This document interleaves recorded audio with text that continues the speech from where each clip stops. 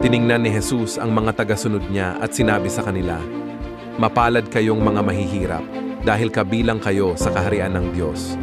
Mapalad kayong mga nagugutom ngayon, dahil bubusugin kayo. Mapalad kayong mga umiiyak ngayon, dahil tatawa kayo. Mapalad kayo kung dahil sa pagsunod ninyo sa akin na anak ng tao ay kamuhian kayo, itakwil, insultuhin, at siraan ang inyong pangalan. Ganoon din ang ginawa ng kanilang mga ninuno sa mga propeta noon. Kaya kung gawin ito sa inyo, magalak kayo at lumukso sa tuwa dahil malaki ang gantimpala ninyo sa langit. Ngunit nakakaawa kayong mga mayayaman dahil tinanggap na ninyo ang inyong kaligayahan. Nakakaawa kayong mga busog ngayon dahil magugutom kayo. Nakakaawa kayong mga tumatawa ngayon dahil magdadalamhati kayo at iiyak.